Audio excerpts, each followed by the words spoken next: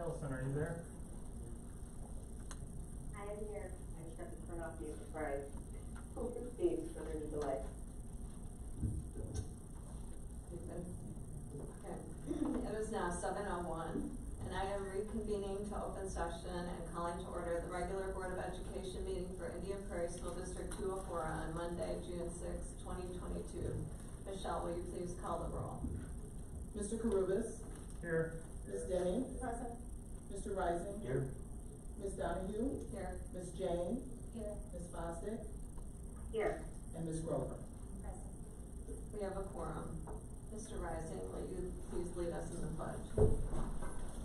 I pledge allegiance to the flag of the United States of America and to the republic for which it stands, one nation, under God, indivisible, with liberty and justice for all.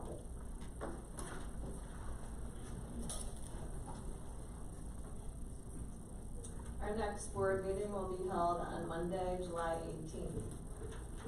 Our first, we have several board salutes. Ms. Grover. 2 Indian Prairie High Schools recognized as Project Lead the Way Distinguished Schools.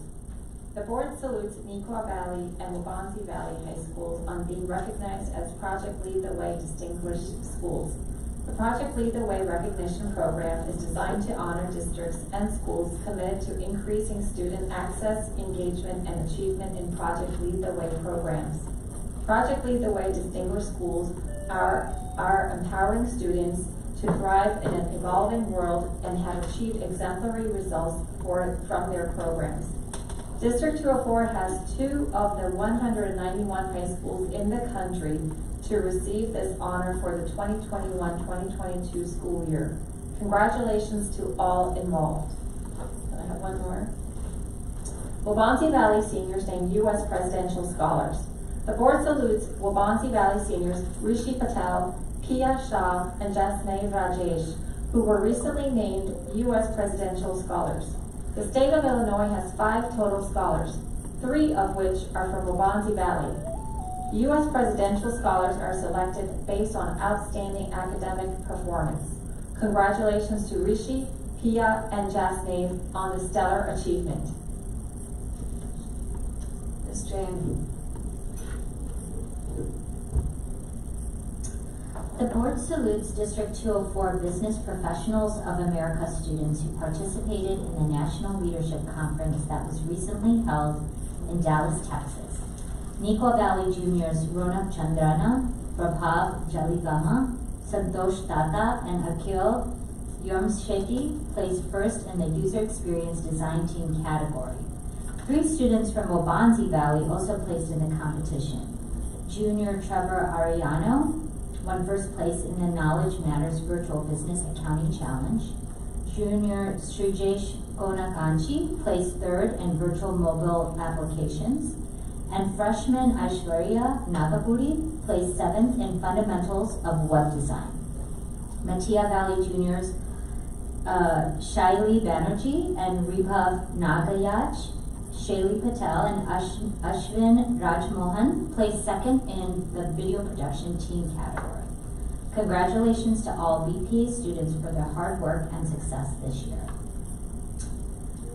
I have another one. The board salutes Kendall Elementary 5th grade students Bania Mansour for receiving the National Public Radio Student Podcast Challenge Honorable Mention. This year's challenge was open to 5th through 12th grade students and included 2,400 entries from 45 states, plus the District of Columbia. The creativity, innovation, and emotion students were able to pack into 8 minutes impressed the committee of judges.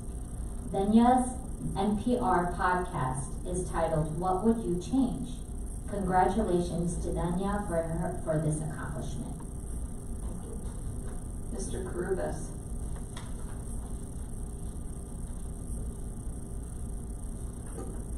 Waubonsie Valley students continue Prairie Restoration Project. The board salutes Waubonsie Valley junior and senior students for continuing a Prairie Restoration and Reconstruction project that started with the class of 2001. Students planted 3,500 plants, including Indian grass, milkweed, and coneflowers over a mile-long hillside near Waubonsie Valley. Teachers Carl Armstrong and Sarah Young oversaw the project. The students are helping to restore the area to what it was like in pre-settlement time when it was a Potawatomi land. Congratulations to all the students and staff involved with this project. And if you invite us earlier, we'll show up. I have another one.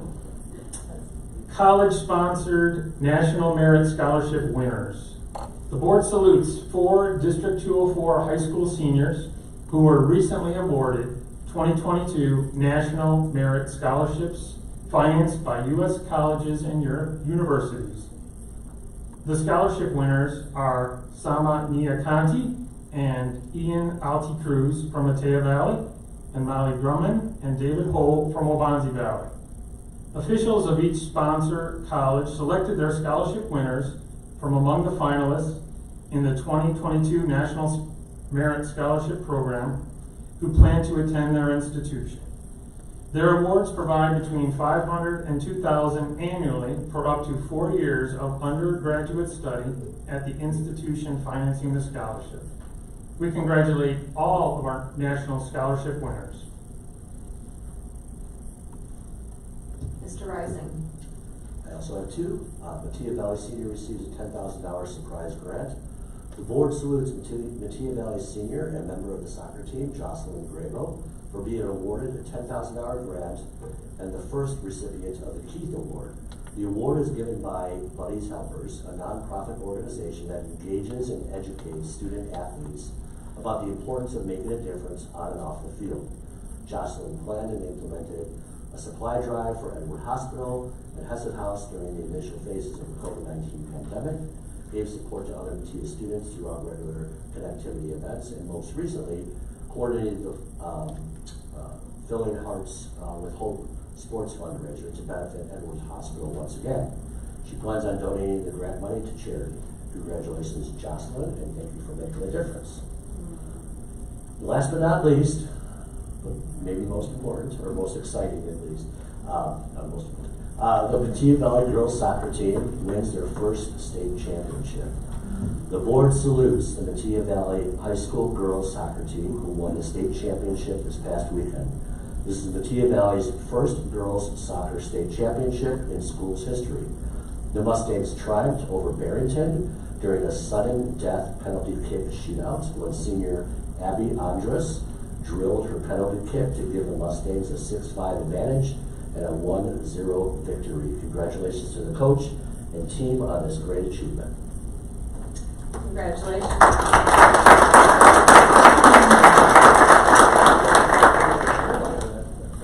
Our next agenda item is our Inspire Awards presented by Dr. Talley.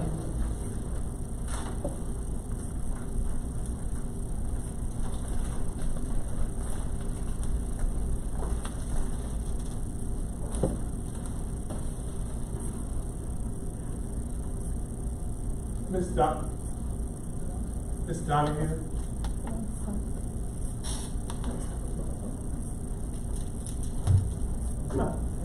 Ms. Donahue, thank you. The mission of Indian Prairie District is to inspire all students to achieve their greatest potential. With that in mind, we have created 4 District 204 awards to recognize individuals and organizations who make a meaningful and lasting impact on students of Indian Prairie School District. Our first award is the Illuminate Award.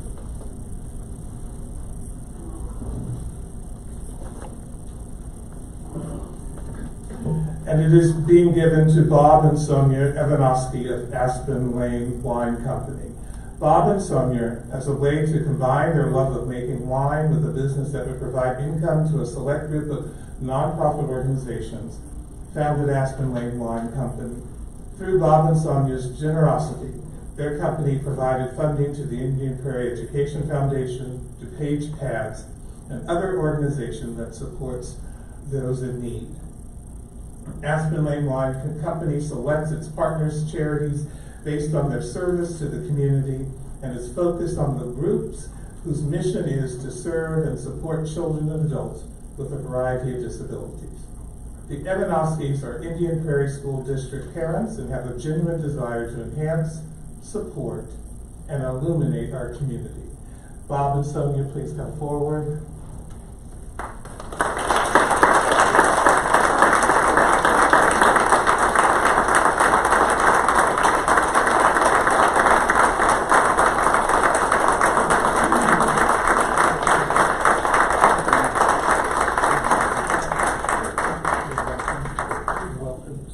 I just want to say one thing.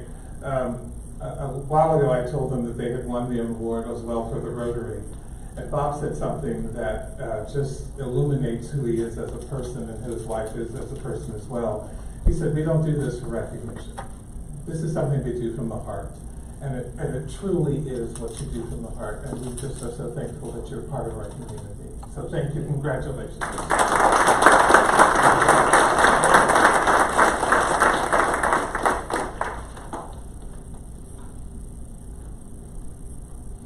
Our second honor is the Impact Award, which is given to a staff member who has made a significant difference in the lives of our students and staff.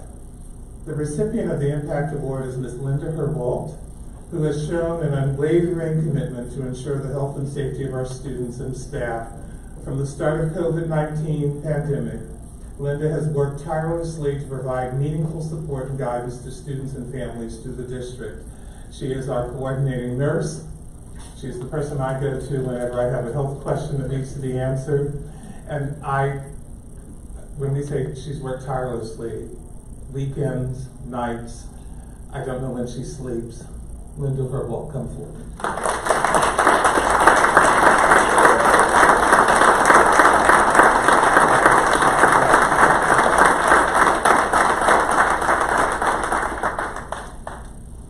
Our third is the Ignite Award, which is given to students who are emerging leaders and demonstrating exemplary qualities within a District 204 student organization. The Ignite Award is presented to 2 recent graduates, Neha Tokala from Metea Valley and Ayush Gupta from Wabansi Valley, for their advocacy to inspire student voice with the Board of Education. I don't know if both are here.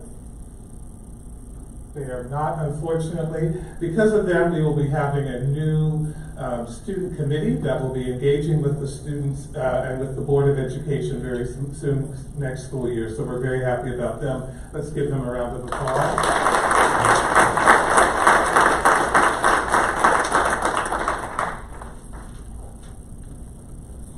And our final award is the Inspire Award, which is given to an individual or entity who has demonstrated exemplary service to 204 over a sustained period of time.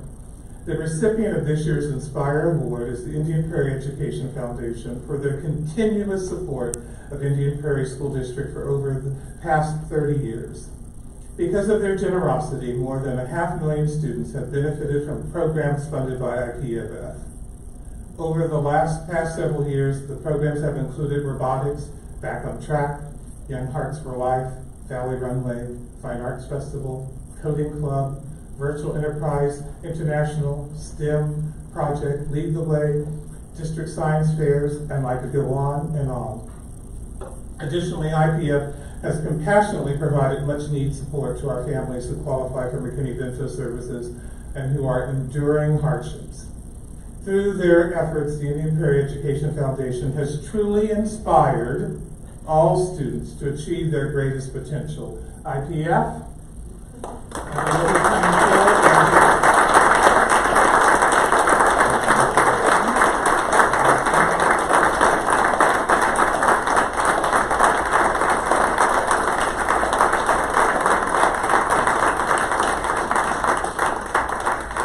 It is a committee that I love walking my 5K in, but it is truly a commitment to the organization, and we know 30 more years, 40 more years, 80 more years, 100 more years, we have that coming forward with you. Congratulations.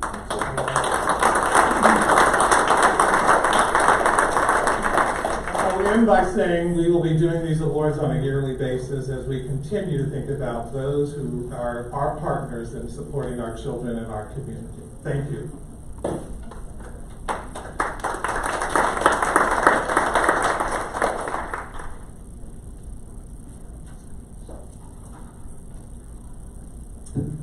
Okay, it is now time for public comment. 60 minutes. Well, first, congratulations to everyone. Truly an inspiring group of people and organizations. So thank you so very much for all of your support in the district. It's now time for public comment, and 60 minutes is allowed for public comment. Each person is limited to 3 minutes. When addressing the board, we ask that you respect the confidentiality and safety of our students and school district personnel. We also ask that those addressing the board be cognizant that this is an open meeting and is available to all age groups, and as such, ask that you can consider who the audience members are this evening and keep comments age appropriate. Public comment represents the voice and opinion of the speaker. There will be no feedback from the board members during the meeting, but follow-up will be provided by an administrator as appropriate. We have 4 speakers tonight. So our first speaker is Katie Pop.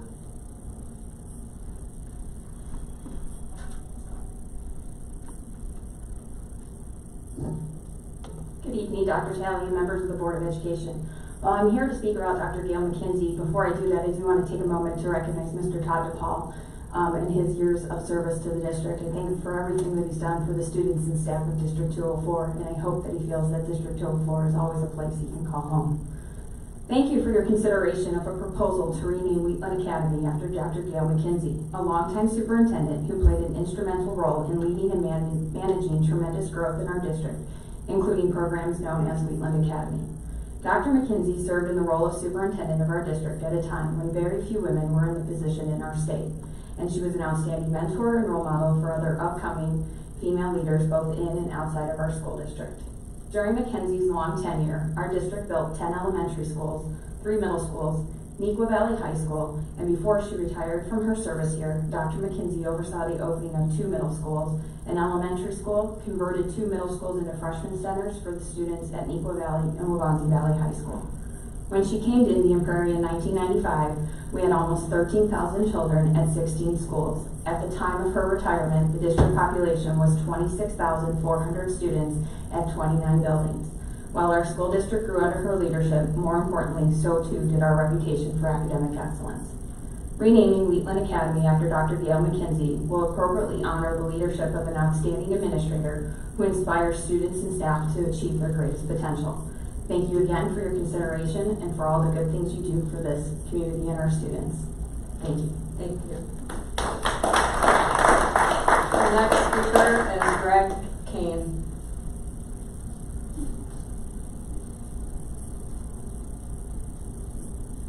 Hi, Board. I am a father of 2 at Brooks Elementary that recently had the bus service removed. I received your email last night. And I appreciate all the effort of everyone educating us on how that process plays out. I'm here because I believe that our route should receive 2 board judgment points within the process. Let me explain that a little bit. Whoever that is, the administration or the board. The way that the process is laid out, it highlights that board judgment points can be applied, and through correspondence, we've been told that's very specific, but it's not. Within the statute, what is specific is that it has to be related to a traffic hazard. After that, it says that can include, but is not limited to, and it gives 4 examples. And that list ends as an etc. It is intended to be a judgment. It's not intended to be a pick list. And I think that's been a miss in this process.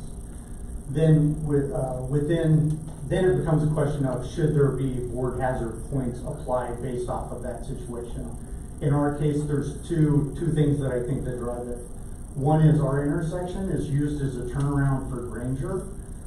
Whenever the traffic study was done, the sensor was placed downstream of the intersection. It missed all the cars that come and make the U-turn at Granger.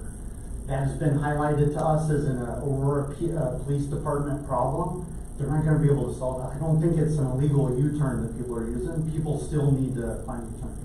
I don't have enough time to go into it, but that's one of the issues, and it was missed by the traffic study. It was an honest miss, but if you know what happens in that intersection, you would know that there's high traffic during the times that our kids are crossing that intersection. The other is the vehicular volumes. That was caught within the traffic study. Peak speed was over 70 miles an hour in a 25 per hour zone. It's because it's a boulevard. And Aurora PD isn't going to be able to write tickets to get rid of that. So I guess my ask is that we get 2 board hazard points applied. Allow Aurora PD to try to reduce vehicular speeds and to address the U-turns within the space. Redo the traffic study next year with the monitor placed upstream of the intersection so you catch the Granger U-turn folks. But don't try to solve the problem at the same time that our kids are already crossing the intersection. Thank you. Thank you. Next speaker is Mike Weissite.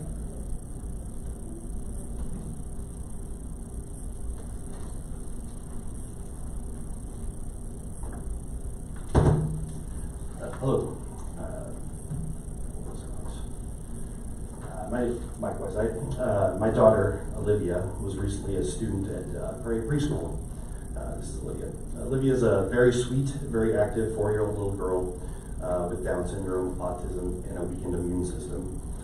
We had been asking for a dedicated one-on-one aide to assist Olivia in her day-to-day activities at school, but have been repeatedly told no, despite requests from us and Olivia's doctors. That decision by school staff and the outcome from it has brought me here today. I'm here to talk about the restraint of my daughter in your school. She was strapped into a 20-year-old wooden chair on wheels without our consent. This functioned as her one-on-one aide, but not one that we consented to. During the winter, Olivia was homebound because of her immune system, and when she returned, she started biting wrists. We asked her teachers and staff, what's going on, and they said this was happening for no rhyme or reason. In April, we hired a behavior therapist for Olivia to help address this self-harming behavior. Olivia's therapist observed her in the classroom where she informed my wife that our daughter was restrained to this wooden chair with wheels. The teachers and staff were pushing her around from activity to activity.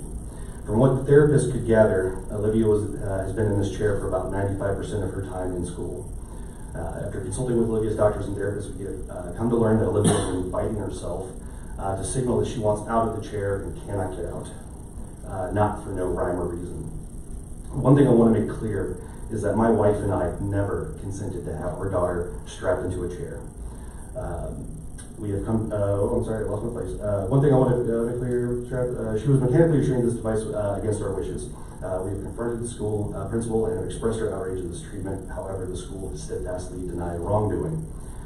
This is a picture of the chair that we received from the school principal. And this here is a chair that we found on the internet with certain restraints not being hidden.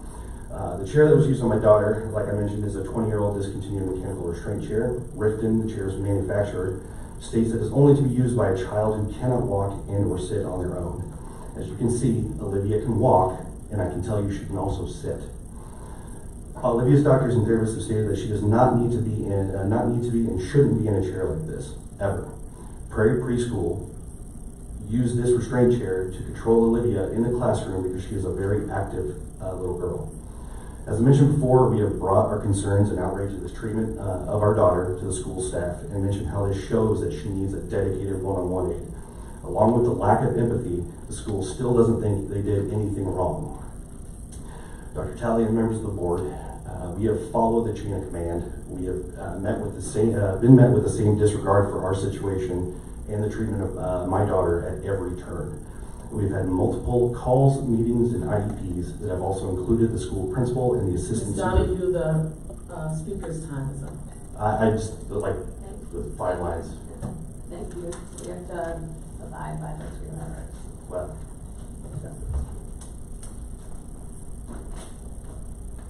Our next speaker is Mark Metzger.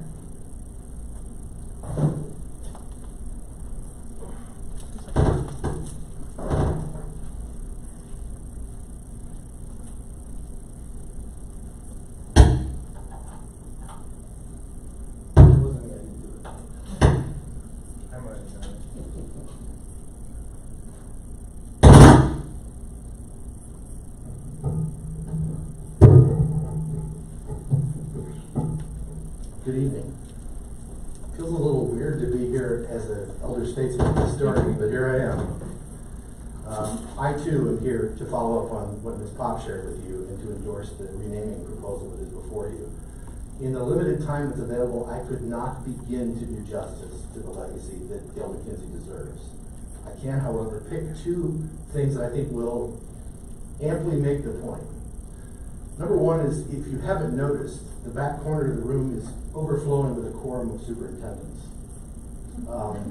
They are all superintendents who were led by and inspired by Gail McKenzie. When I lost count at 14, trying to count the number of superintendents that she created.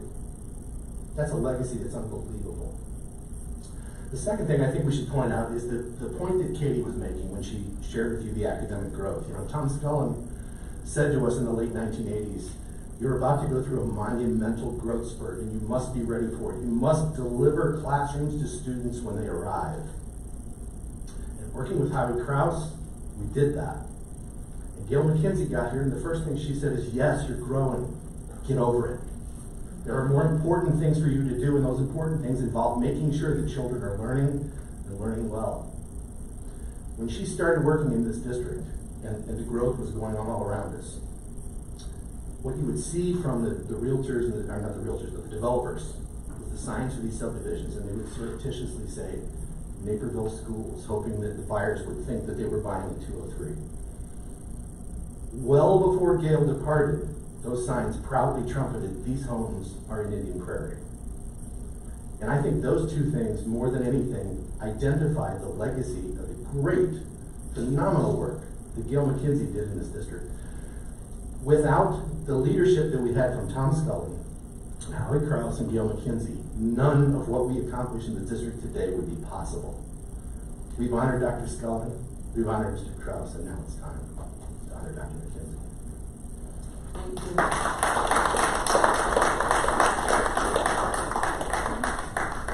We now move to our consent agenda and superintendent report. We will start with the superintendent report. Dr. Talley. Thank you, Ms. Donahue, members of the board, and Indian Prairie community. Though it has already been said, I also want to congratulate the girls and coaches of Mattia for their win.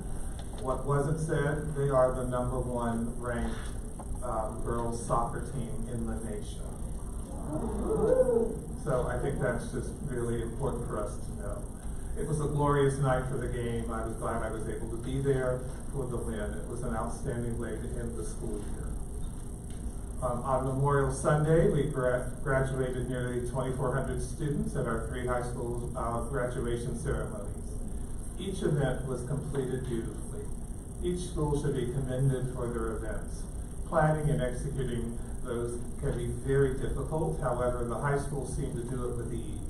However, as we often know, with a duck that's on water, it may look calm, but underneath the feet are paddling, and that's how graduations can go for those who plan it. I know, though, behind the scenes, leading right up to the event, a lot is happening that the general public has no idea. I applaud the planners at the 3 high schools, Ms. Montrine Johnson at Waubonsee, Mr. Daniel DeBrucker at Matia, and Ms. Shannon Ruff at Neuqua Valley for what they did to make the events happen so smoothly and beautifully. Our school year has come to a close. I'm very thankful to everyone for how this year has gone. It was, without a doubt, a more difficult year for everyone. Nonetheless, all the staff demonstrated exemplary dedication to each other and the children to make this year happen. All staff have earned their time off. With that said, we do have summer school programs starting, and later tonight you will learn more from that from Mr. Icarius. I think the staff will be working for these programs and talking with other superintendents, not only here in Illinois, but in other parts of the country. I know that finding summer teachers is not easy to do. Again, thank you for a great year. Now, before I turn the meeting to Ms. Donahue, I would like the Board of Ed to approve one appointment tonight. I ask that you approve the hiring of Mr. William D.J. Gray as the new Director of Technology Security and Infrastructure Systems. Mr. Gray is joining us from Wheaton-Warrenville District 200, where he has served as the Assistant Director of Technology for the past 8 years. Prior to working in District 200, Mr. Gray worked for the City of St. Charles and the Addison School District. His new role for Indian Prairie is a rebranding of the Assistant Director role, and that has been vacant for the past 2 years. Therefore, it is not adding another position, and he is here tonight. Ms. Donahue, back to you. So I need a motion to approve William Gray as Director of Technology, Security, and Infrastructure Service as presented. Make a motion that the Board of Education approve William Gray as Director of Technology, Security, and Infrastructure Services as presented. Second. Second. Any discussion? Michelle, will you call the roll? Mr. Carubus, Yes. Mr. Rising. Yes. Ms. Deming. Ms. Grover, Yes. Ms. Donahue, Yes? Ms. Jane, Yes. and Ms. Foster. Yes. The motion passes. Congratulations.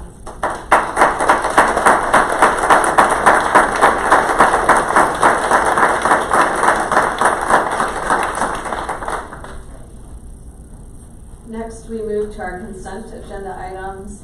I need a motion for the approval of consent agenda items E through DD.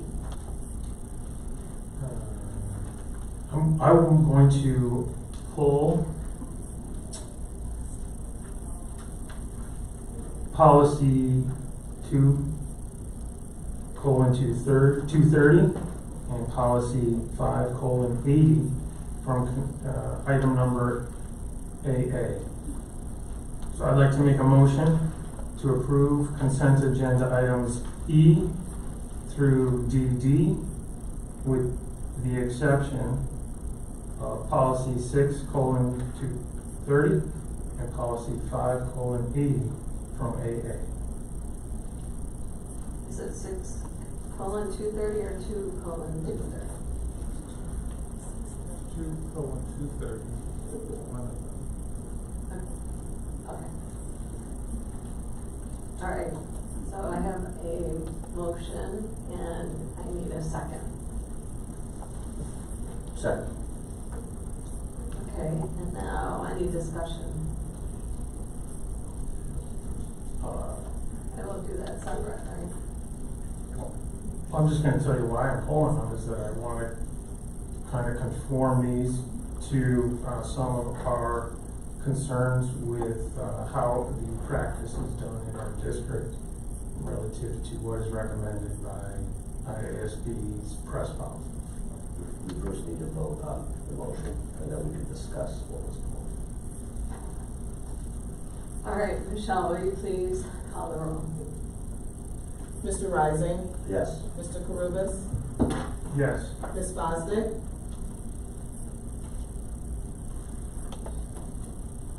Yes. Ms. Jane, Yes. Ms. Donahue, Yes. Ms. Grover, Yes. and Ms. Deming. Okay, the motion passes. So, yeah, discussion on 2:230 and 5:80. So I'm gonna make a motion to approve policy 5:80 as presented in AA with the removal of the word licensed as it appears twice in that policy. Second. Any discussion? Michelle, will you please call the roll? Mr. Carubus? Yes. Mr. Rising? Yes. Ms. Demme? Ms. Fosdick? Yes. Ms. Grover? Yes. Ms. Donahue? Yes. And Ms. Jane? Yes. Motion passes. I would like to make a motion to approve board policy 2:230 as presented in consent agenda item AA with the addition of for a maximum of 60 minutes prior to the first paragraph. Do I have a second?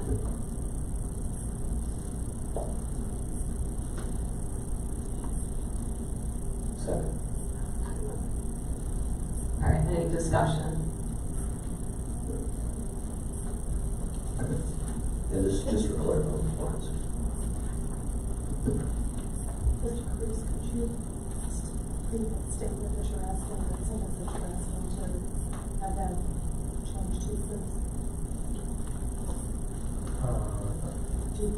So the first paragraph would read, for a maximum of 60 minutes during each regular and special open meeting of the board, and continues on. The rationale behind that is we are making a deletion from our current policy by removing a restriction of 30 minutes. But in practice, we have been having public comment for 60 minutes. So if we want policy to reflect practice, we need to include the 60-minute limitation in our policy.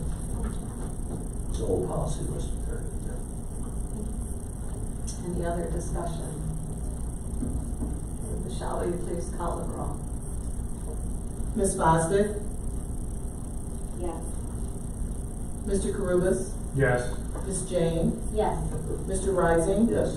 Ms. Donahue? Yes. Ms. Demme? And Ms. Grover? Yes. The motion passes.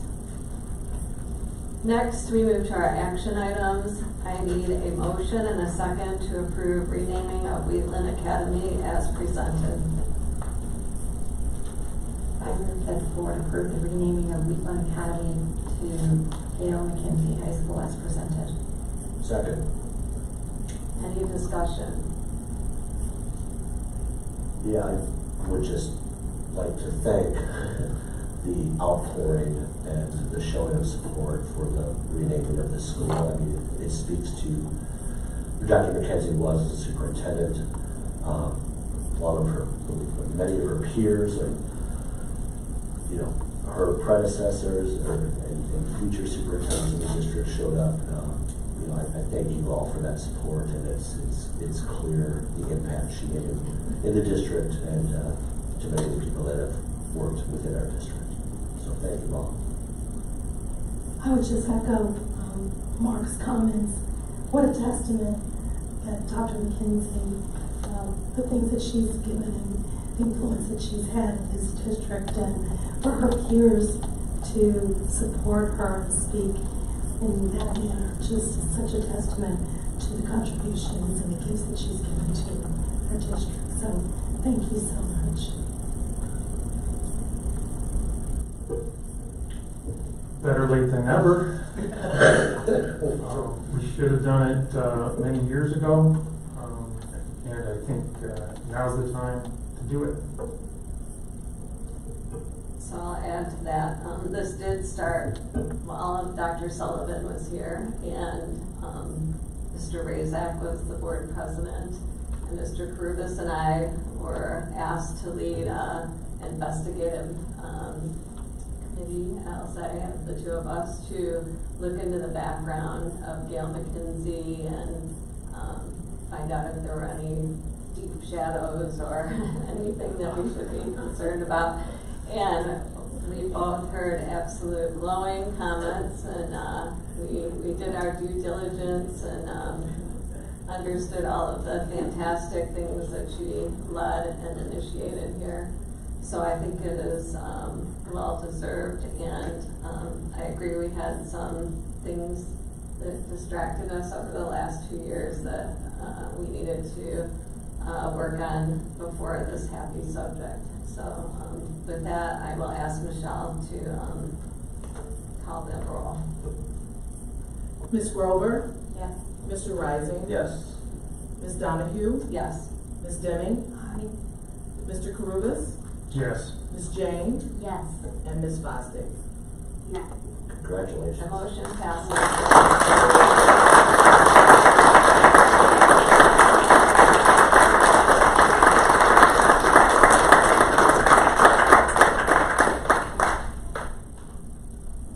So we're gonna change the sign? All right.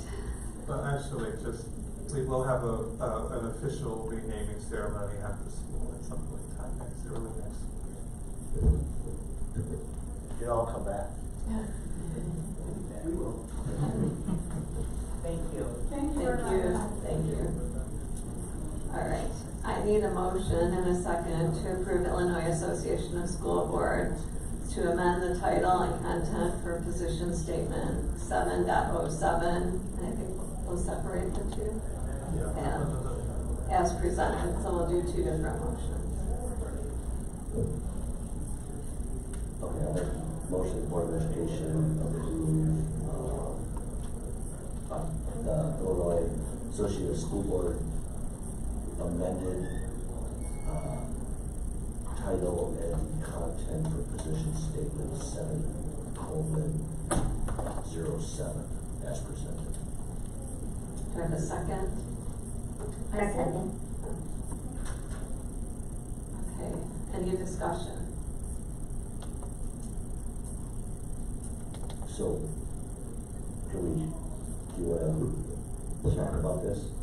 Sure. So ISB has its annual conference in November, and school districts are asked to submit resolutions or position statements, and those resolutions and position statements are then submitted to IASB, and they either decide whether to adopt them, not adopt them, or not even look at them, basically. And then following their recommendations, if we will vote on all the resolutions that they said to adopt or do not adopt as a board later on in August, September we vote on that, and then we take our votes to the delegate assembly in November for a final where all the school districts will be. So this is like the first step in a way, and our board has prepared two amended resolutions. There is already a resolution titled 7.07, which is, the title is election schedules, and we are recommending to amend it to school board elections nonpartisanship. ISB already has position statements and government belief statements regarding nonpartisan elections, and this would be an affirmation on it. And in addition, it extends the rationale, it gives a larger rationale for it regarding effective governance and why nonpartisanship is important. And it also discusses that school board candidates are there for the whole community, for all the students, and therefore elections should remain nonpartisan and should not solicit, accept, or receive financial backings from special interest groups, political action committees, or political parties. Any other discussion? Could not support this more. It's very important. So, just also to be clear, this IASB has resolutions that are, meant to provide guidance from IASB towards legislative activities in the state. It doesn't mean that if you pass a resolution, it somehow becomes the law for the school board or it is what we would like IASB to, take as a position into, bigger discussion. Well, but technically this is a law because school board races are nonpartisan. Yeah, but this is just further amending that position. all right, Michelle, will you please call the roll? Can I comment? Yes. I'm not going to support this position statement. I believe there's a jump from nonpartisan to non-political, and I think elections are political.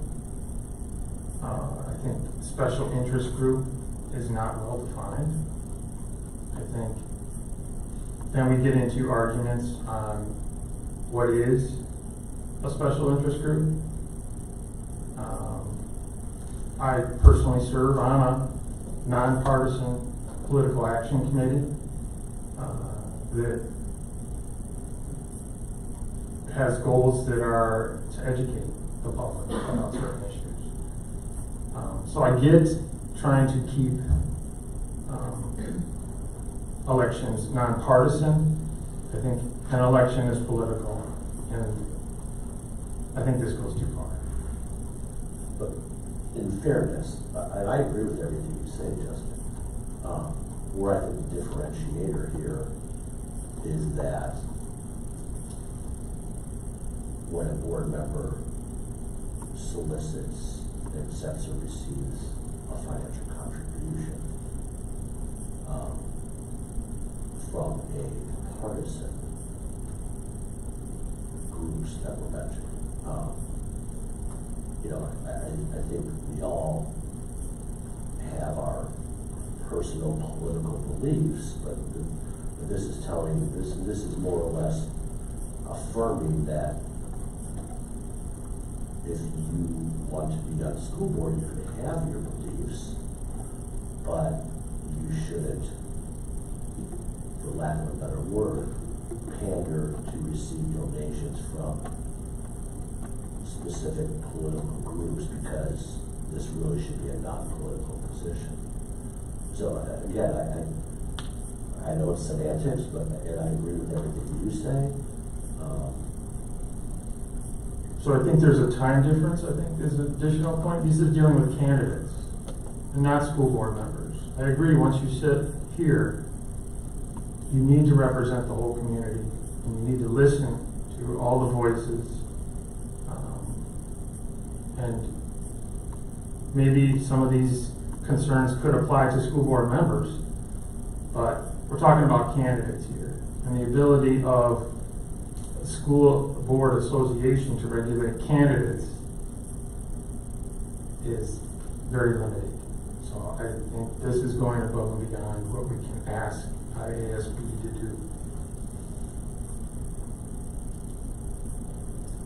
Any other comments? Okay, Michelle, will you please call the vote? Mr. Rising? Yes. Ms. Jane? No. Ms. Deming? Aye. Ms. Donahue? Yes. Ms. Bosdick? Yes.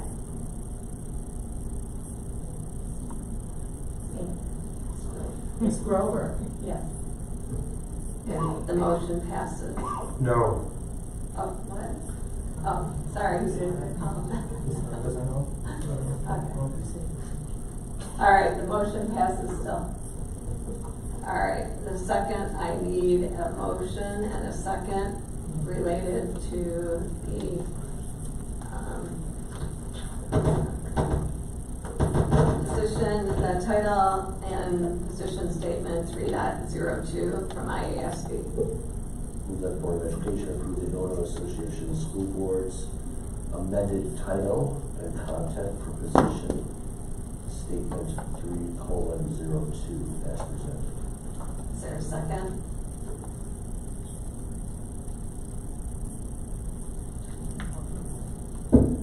Susan, I'll second. All right, any discussion? So I have a discussion. So this position statement is 3.02 and it says candidate support. I'd like to, currently it says board member support, and I think it needs to be changed to legislative support as the amended title. But the position statement remains the same in the sense that the position statement currently states it will support candidates relative to public education, where the proposed statement should say, which it does here, it should support legislative positions, because we want to support, IASB should be supporting positions, not candidates.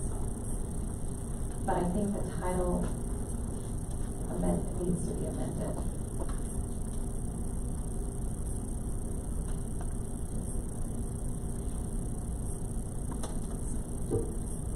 Second? We already had a second. Yes? Yeah. So is there more discussion?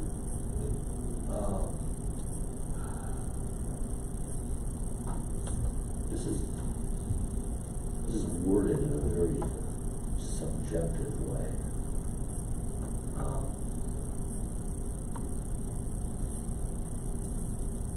mean,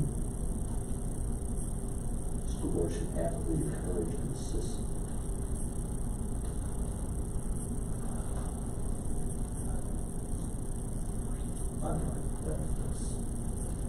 It is very subjective in either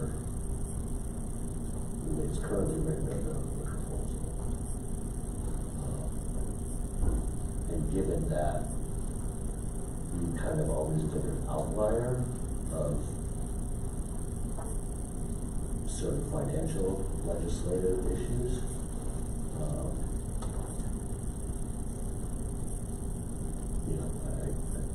hopefully, since we're a Board of Education, we can always speak with one voice, hopefully we will determine where the board stands on a specific legislative issue. So, yeah, I'm okay. Okay, we can move forward. I just need to talk out to myself. Yeah, I think that the wording was modified to remove the mention of candidates, because we didn't think IASB should be talking about positions of candidates, but rather just legislative issues. Any other discussion? So I would just be voting no, because I would want to amend the title instead of it saying candidate support to legislative position support. Okay. Or, wait, what did you want? What did you want? Instead of the title, amending the title from candidate support to legislative position support.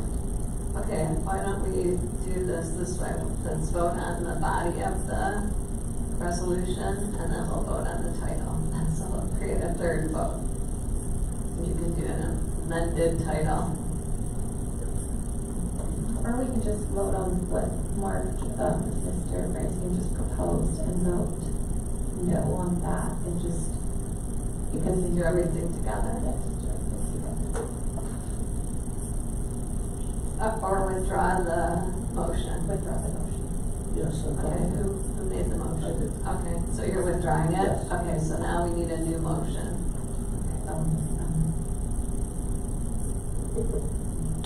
I make the motion that the Board of Education approve the IASB amended title and position statement of 3.02, and the amended title will read legislative, from candidate support to legislative position support with the proposed and rationale as written. Second. Any discussion? Just a quick question too. Are we under a time constraint right now with their? We are because we have to submit it by June 20th, and this is the last time we're meeting before June 20th, and we need a vote. All right. Michelle, will you please call the vote?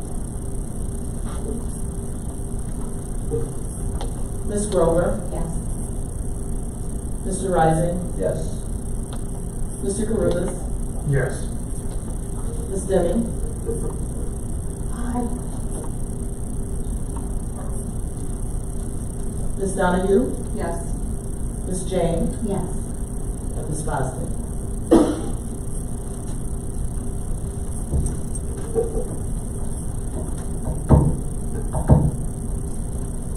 Ms. Bostic, Yes. The motion passes. Okay.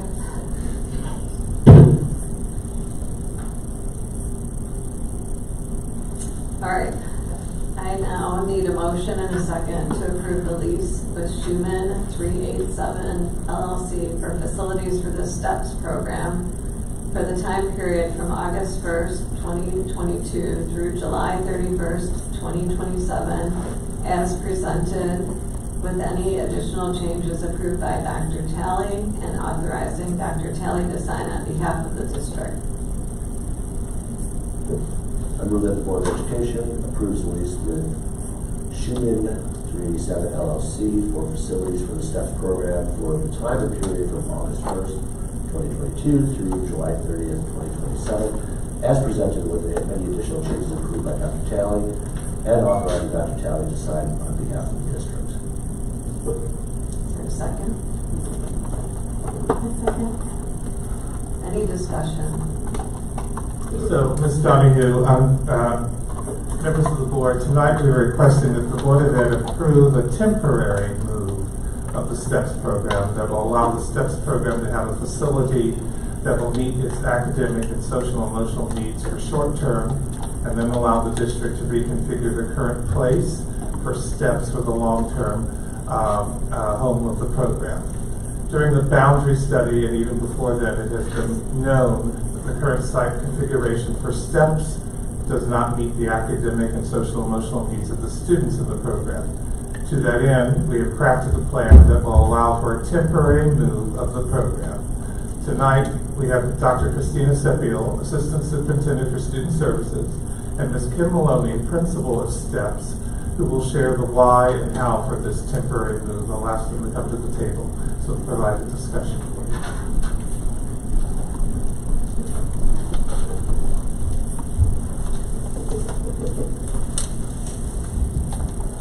Evening. The action item before you tonight is a measure to address a number of needs in the STEPS program. As Dr. Talley has shared, the most obvious object is the need for space at the Burkett Freshman Center. The Freshman Center was not designed to have students who are adults with several adult staff and their various specialized equipment needs in each classroom. The need for staff offices that allow for privacy and confidentiality, and the need for medical suites for daily nursing attention and treatment pose challenges. Students who need a space to regulate their behavior or emotions are challenged with nowhere to go except the common areas and hallways, which compromises their dignity to work through their issues with a sense of privacy. Aside from the physical challenges of being in a smaller space, an alternative location for STEPS will address the social, emotional, and mental health issues of our young adults. The STEPS message of the program as a transition to adulthood is compromised by returning to a building of 9 graders. While we stress the importance of being independent, professional, and a citizen of this community, our young adults are sharing space with students that can be as much as 7 years younger than them. The age differences pose some additional challenges for our young adults as they try to navigate social skills issues. Vocationally, an alternate space will allow our micro businesses and PACE Lab to remain intact. For those students who are working on going into the community, the micro business and PACE Lab opportunities are their training ground. An alternate location also allows us to be part of the community for increased vocational and work sites. This helps us foster the post-secondary outcomes that are vital to the success of our young adults. This space is not meant to be a permanent location. When the freshman center is eventually vacated, STEPS welcomes the opportunity for return. STEPS is grateful for the efforts and the collaboration of the Neuqua Valley High School administration to work to make the space available. At this time, however, and given the increase in enrollment, it's not enough. We would ask for your consideration of this temporary measure that would mean so much to our young adults and our staff.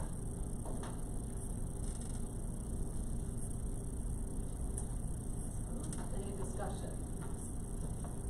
Any discussion?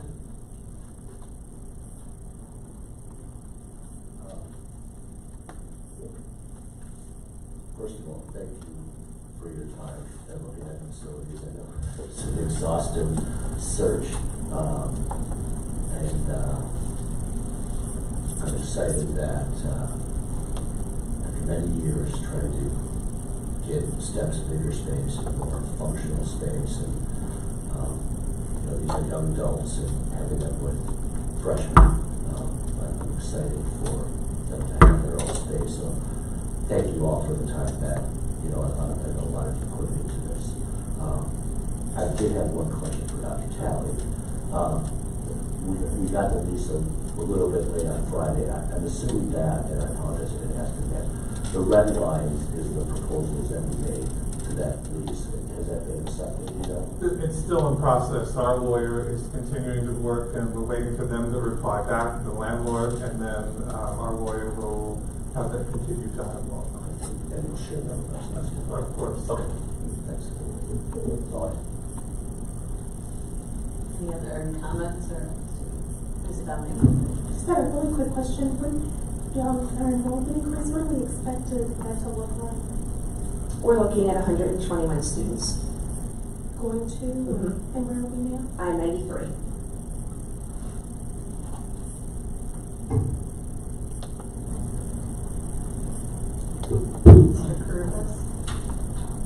Can't seem to shut up. This issue was brought to the board's attention many years ago by the parents and students in the program. I think the board appreciates the advocacy of the STEPS community.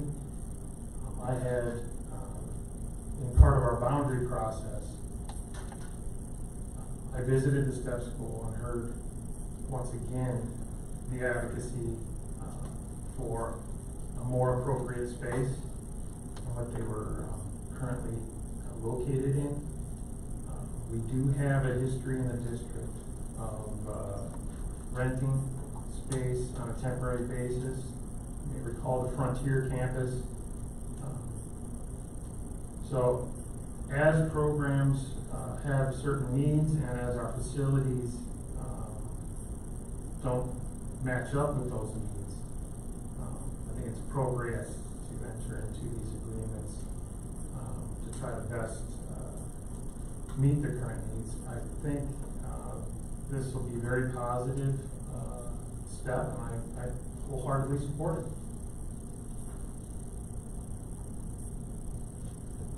Any other comments or questions?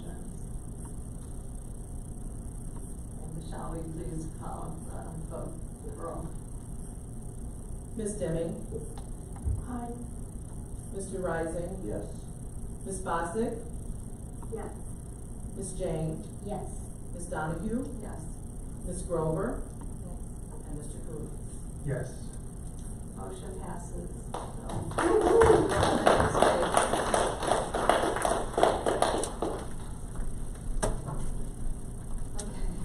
We will now have a presentation from Dr. Curious regarding the summer update.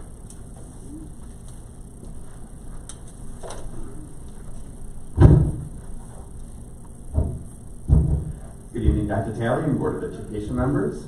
I presented earlier in the year about our plans for the summer learning and just wanted to update the Board of Education. So thank you for allowing me the time this evening. Purpose and focus for our summer of learning is just to provide additional support for students who continue to be most adversely impacted over the past few years, to help boost their academic and executive skills as they prepare for the 2022-23 school year. We also provide the 204 online courses for high school credit, and then provide, for the first time in quite some time, providing an enrichment opportunities for students as well. We did have some challenges this summer with space due to all the construction that's happening across our buildings, but we are excited about the opportunities that we are able to offer.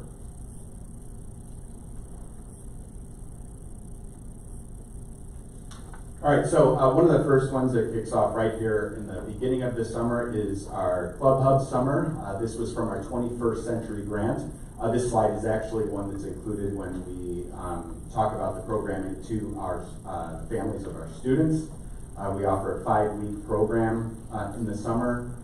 You'll see that 2 of those, the book ends on week 1 and week 5, are Zoom sessions that lead into a family field trip. These field trips, we think, are an important part of this opportunity that is provided to the students. I know there was a question about why Zoom on those. One, we do have high attendance during that time. It makes it a little bit easier for the families to be involved. And this is really about preparation for those field trips. We include videos from the field trip location. And so we have found success in doing it that way. Weeks 2, 3, and 4 with our camp convention will be in person each of those days.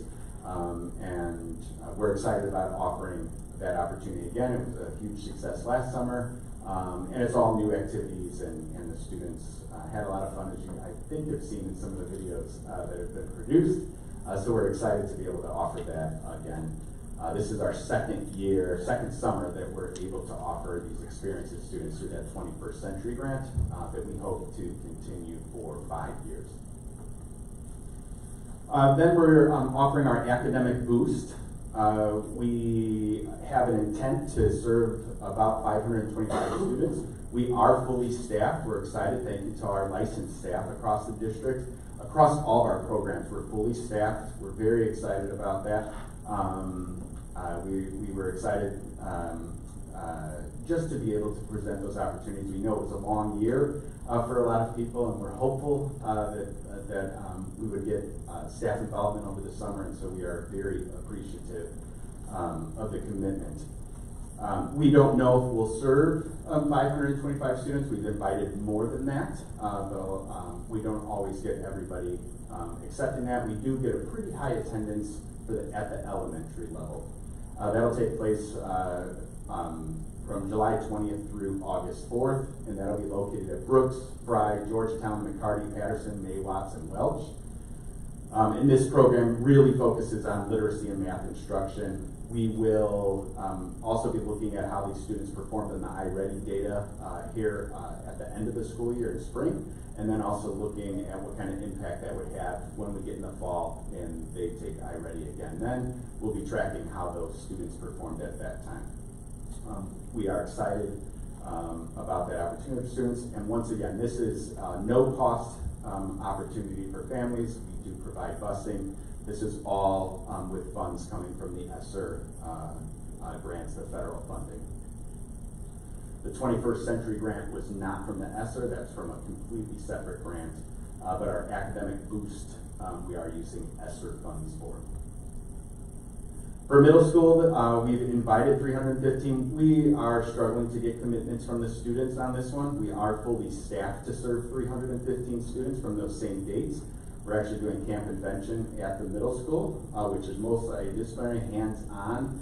We think it would be a great activity for the students, but we are struggling to get commitments on this one. We have a while. We're going to keep going until we get to July 20th to fill those spots for students, but we understand. I mean, in the summer, students also want to enjoy as much of the summer outside of school as they can.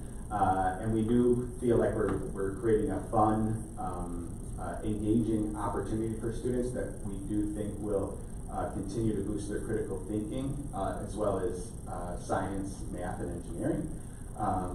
But we'll update you, obviously, during next year at some point. We'll probably wait until after we have some assessment data to see how students did perform and let you know about where our numbers did land for students. This is the one that we offered as the Enrichment Program, the STEM Camp. We are offering 2 separate sessions, 2 different weeks. One June 20th to the 23rd, and another one July 25th to the 28th, one at Hill and one at Chrome. We want to do one on the north side and one on the south side. This is tuition based. It's 3 hours a day for 4 days. So a total of 12 hours at $125 for the week. It will all be small group activities. We actually did need to cut off registration. We currently have a wait list for that. We had over 420 students who we have accepted into the program and are excited about that opportunity. We did notice a lot more the second session, and that's where we had to do a little extra recruiting to make sure that we were full with staff during that time. So we're very excited about this kind of first-time opportunity in our district. Really, I want to appreciate, I want to thank Andy Feckety for all his work in doing the recruiting, ordering, and managing all the logistics surrounding this. At high school, once again, these are ones that are covered through ESSER funds. It's our Summer Bridge program, also from July 20th to August 4th. It's at each of our high schools. We were having one difference this year is Nequa and Burkett is not going to be available for the bridge because of construction, and so that'll be a bit of a unique experience. They are trying to prepare where at least on one of the days that they would be able to get over to the building, because freshmen, that would be the location of where most of their classes would be as freshmen, but with the construction it's off there, so we were having some contemplation about whether to continue forward with that and feel that the value in it isn't just the location, even though that's a good part of it. So we are continuing with that program and looking forward to it, but it will be at all 3 high schools. And then we're going to continue with credit recovery, to try to get students as much as possible back on track. We had a lot of students take advantage of that last year, and we know that we anticipate that many students will be taking advantage of that this summer as well.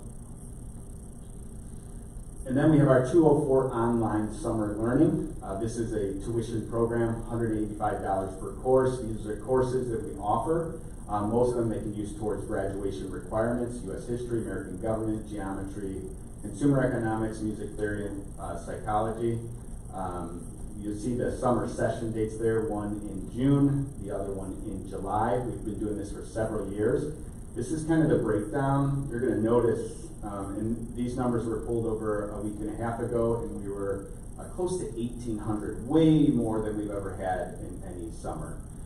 We think some of our assumptions is that students are liking to take some of these graduation requirement classes over the summer. It gives them room to take some different classes during the school year, and they can knock out some of their graduation requirements at this time. So we were excited to see just the continuation of those summer opportunities and the success of the 204 online summer learning. With that, and like I said, just wanted to give you a quick update of where we're at this time. Excited to say that we are fully staffed. Have a lot of people to thank. We have, grateful to the staff who offered to teach during the summer. I wanted to thank again Dr. Tarbell for leading on the 21st Century Grant. Joan Peterson, Tara Fowler, and Mike Purcell with our Boost programs, the Bridge programs. Rachel Wachowski, Julie Bogle, and Andy Feckety are also trying to coordinate all those different programs. Andy with the STEM camp, Rachel and Julie with the academic boost camps. And so just want to thank them for all their efforts. And as I said, all of our staff. And then on the summer, a lot of that's led by our Director of Online Learning as well as STEM Integration, Laura Nyland. I saw her up here for STEM integration presentation, but she's also leading the efforts on the 204 online learning, supported by Leslie Malone. So with that, would be glad to take any type of questions that you have regarding related to summer learning. Ms. Grover. I actually have questions. This is great. I do want to mention that the kids at McCarty were so excited with their bags. They were just thrilled. So great way to start the summer for them. Thank you for hearing that. We did hear from several schools about how excited the kids. It's like they were leaving with a present. So it's nice. Ms. Jane. Thank you, Mr. Curious. This is so, I always love hearing about our summer programs and how you guys are thinking about it. Just a quick question regarding the academic boost that we have at elementary and middle school. How do we identify the students who are invited to participate? Yeah, we're really looking for what we try to do is identify every school. We try to identify five students that we see as struggling and need extra support, kind of need that runway for the start of the year. Some of that might be from assessment data, some of it's suggestions from the teachers and who they see could benefit from that program. We do, and some schools will say, can we do 6 students from this grade and 3 from this grade, or if another school needs more people at this grade level, and the principals work together great on that. But we're really trying to look for students who just would benefit from additional support in that area, but ones who maybe aren't quite where we know they can be at this point in time. So it is kind of by invitation only, like if a parent felt that their child needed an extra, some attention in a certain subject. Yeah, the summer boost ones are definitely by invitation. And do we see overlap in the students that get to utilize these programs with the Clubhub? Yes, we offer, so for the 21st Century program, there's about 150 students who take advantage of that program. Many of them, might fall, especially with the different time periods, since one's in June and the other one's towards the end of July, August. Many students from Georgetown and Longwood might overlap into the summer boost. Thank you. Ms. Deming. Thank you so much for the presentation. It is exciting to hear what's going on in the summer. I was thinking maybe on that one, I don't know where you got feedback early on in summer, or you mentioned that you've seen such increased numbers. I wonder if that potentially has anything to do with students after going through some of the things we've gone through, just feeling that comfort with going through online courses and seeing that they might be able to, honor some additional. Yeah, there could have been hesitancy in the past with doing something online. It's just a completely different experience, but fortunately or unfortunately, they've become very well versed in that style as well. Yeah, their expertise is definitely growing. You did answer my question about bus transportation and school attendance. Can you just last question? Can you remind me? I think I asked this before a few months ago, but students who are entering and going to be taking AP courses or honors courses who may not have had that type of curriculum rigor with their curriculum before, we were doing something in the past to help them, garner strength and moving into those coursework. Are we able to offer that anymore? We are investigating how to make that the most beneficial that we can. So that is something that we are looking at. How we can make something that, like I said, that's going to be beneficial for them. At least give them confidence in that area. And so that is something we're working towards. Dr. Talley, did you want to? If Dr. Howard were here, she would mention that as well. You are correct. In the past, we did do something in that area. We sort of moved away from it, but they are looking at how to, and I'll use this word, have a boot camp, if you will, for students to help them with their success the first time they do a class like that. We actually looked at it in one of the grants that we filled out as well. We designed a potential enhanced program to be able to do that. So that if we are looking into, we would love if we've got some grant support on that, so that we could really make it as robust as we'd like it to be. Okay, well, I will be very interested to hear whether I can do something like that next year. Thank you. Ms. Stostick. Thank you for the presentation. I want to piggyback a little bit on what the setting had to say and ask here. I see that we have elementary opportunities, we have academic boost opportunities, we have academic need opportunities, and we have STEM camp as an enrichment opportunity, and then some online learning. Are there any opportunities, or have we looked into any opportunities to provide summer enrichment for students who are perhaps already in AP classes or advanced classes? So enrichment for that group of students. Because I see that we seem to have covered most of the bases here otherwise. So I just wanted to ask about that other group of students at the high school level. Sure. At high school, you probably recall we used to collaborate with College of DuPage to offer summer programming, and the attendance in that programming, it was tuition-based, just continued to decline. So we've been in discussions about how we can offer that ourselves over the summer. You know, what kind of opportunities could we provide during that time? So it is something that we are exploring about what other opportunities we can offer at the high school level. One's, I think some of that might come with some type of needs assessment or survey to see what would be of students' interest during that time. We do know that high school students are also extremely busy over the summer. Maybe not as busy as some people would like to be at times, but we do know that many of them try to find employment over the summer, as well as many of them have sports and other opportunities going on. But we are trying to look at what can we bridge that gap from now that we're not offering the College of DuPage courses during the summer, what other opportunities can we provide students? So that is something we are exploring. Okay, thank you for that. In addition to that, does that include things like, for example, in the online summer learning, we have U.S. history, for example, and I know that there are some online opportunities for AP U.S. history. Are those potential things that we might look into? You know, there's some challenges when you're looking at how you can provide AP coursework, and what I think it would be.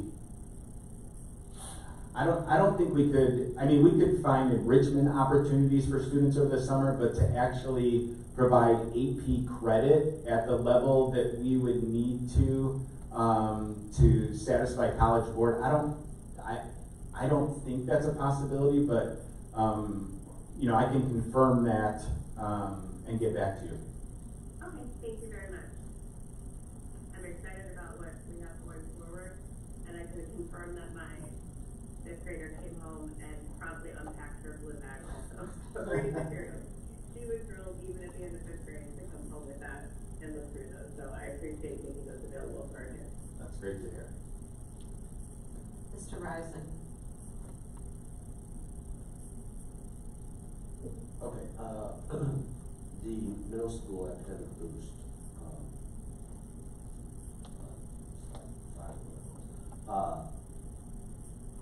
I know Susan had asked about this. My concern is, it's great that we have the staff. My concern is that we haven't filled all the spots yet. And, you know, if I'm doing my math, roughly it's about 45 students per building, right?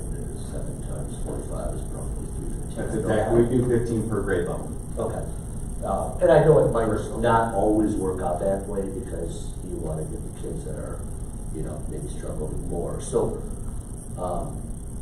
does that mean that we will extend invitations to other students if we absolutely get a no, the student isn't interested? Because yeah, great that we got the staff. That's what we did last year, and we continue to do that this year. Is we seek if there's kind of, you know, who's next in line, almost a waiting list that is kind of our own waiting list, looking at where students are performing and how they're doing. Okay. We also want them to, if you remember last year, we had a larger focus on students who hadn't been in person for quite some time and trying to give them that on-ramp to the start of the school year.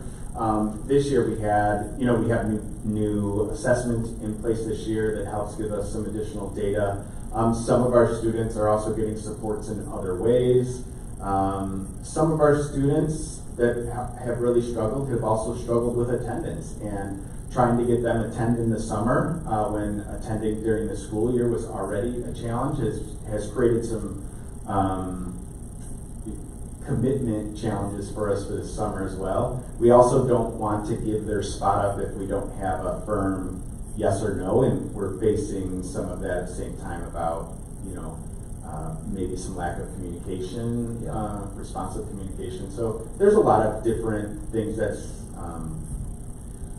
I think we'll continue to see it grow. Having smaller class sizes is also not a bad thing over the summer when you have students who maybe not performed as well as we would like them to be forming in the typical classroom environment and class sizes. So we're still gonna work hard to support those students and give them the best opportunity to be successful for next year. But if we have students who we know are not going to be filling those seats, we will try to fill those seats with other students. Yeah, and I get it, it's summer, but it sounds like we've been able to staff it great this year. I know we had some slight troubles last summer, obviously, but I would hate to not fill a seat for a student, so that's just why I asked the question. We were worried about staffing this year. we were. There's been a lot of hard work in recruitment. So we're appreciative. I don't want to act as if it was easy to get it fully staffed. We are very appreciative. Yes. Did you say for the high school, the credit recovery? Did you say roughly how many kids were helping with that? I'd have to pull up from last year how many we did. Yeah, I know we're going to have a good number of students again. It gives them a little bit. It's really hard to do any kind of credit. Last year we started to try to do credit recovery during the school year as well. But on some of those, now you're just adding more to a workload for some students who've already struggled to meet those expectations with a regularly filled schedule. Yeah. And so we do find that over the summer it's a little bit, they have a little bit more, the student agency part of that, where they can have a little more control over getting through that process and what they need to do there. Yeah. And so we have found that we've had pretty good participation over the summer. I think the different time periods, just like anything else you see, more availability or more people able to do it during certain, that's why we're offering it. I think we offer it 3 or 4 different times. Yeah.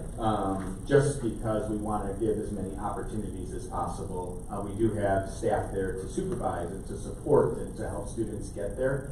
We do look at students also who can get there. They need to be within a certain range so that there's only a certain amount that they need to cross that finish line to get credit for that class. Yeah, and then just one statement and comment. The summer online learning for high school, those numbers are crazy. That's 20% of our high school kids. And I can attest, because both my daughters did, online learning in our district, and they really enjoyed it. And this has always historically been, because at one time we did Illinois Virtual Academy and our ELO program, and now we just have our summer online learning. This has always been to take care of those required courses that, for a lot of kids, they could easily do it over the summer, and it allows them to stay in music or do your engineering courses or do your AP courses during the regular school year.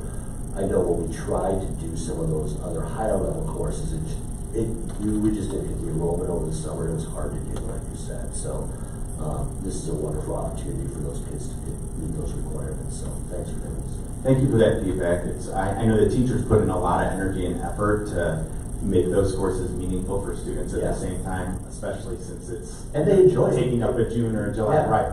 So yeah, thanks. Mr. Karubas. Nothing to add. Okay, I also witnessed the students getting the bags at McCarty, so it was very exciting and a wonderful thing for them. So hopefully we can figure out something to do in the future that's like that, because they were just thrilled with all of those books. So do we do anything to measure the effectiveness of the summer learning program?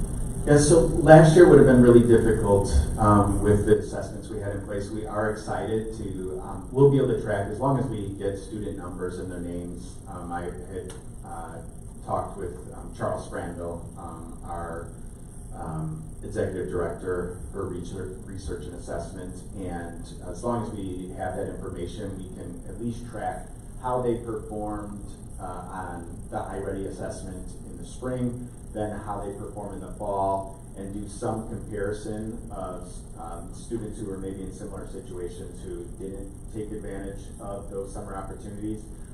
That second part's gonna be a little bit challenging, but hopefully we see some kind of growth over the summer from that spring to fall score. But any other, you usually can work some magic in doing some different comparisons, and that's what we'll try to do. And maybe we'll look at all students that were invited and look at how the students who actually attended performed compared to maybe those who did not, and see if there's a difference there. So we're definitely going to try to pull data. Last year we just weren't in the same situation to be able to pull what we would see as meaningful data. I was very happy to see the excitement about the STEM camp too. That's a great thing to see in the district, because we're always hearing that that's a topic that people are highly interested in, so that's proven out. For the high school online classes, any grade level can take one of those online classes. Correct. Any high schooler, I believe. I'd have to double check if any of those had prerequisites on them. Depending on certain courses in there might have prerequisites, but I think there is an opportunity for any grade level. I'm not sure if every grade level could take every course. Does that make sense? Yeah. Okay. That was it. So thank you very much. Great. It's an Thank important you. program. Okay. Now we have our legislative advocacy and Board of Education update. Does anyone have any items for that? All right. Then I need a motion to adjourn. Motion to adjourn. Is there a second? Second. All in favor? Aye. We are adjourned. Bye, Allison. Bye, thank you.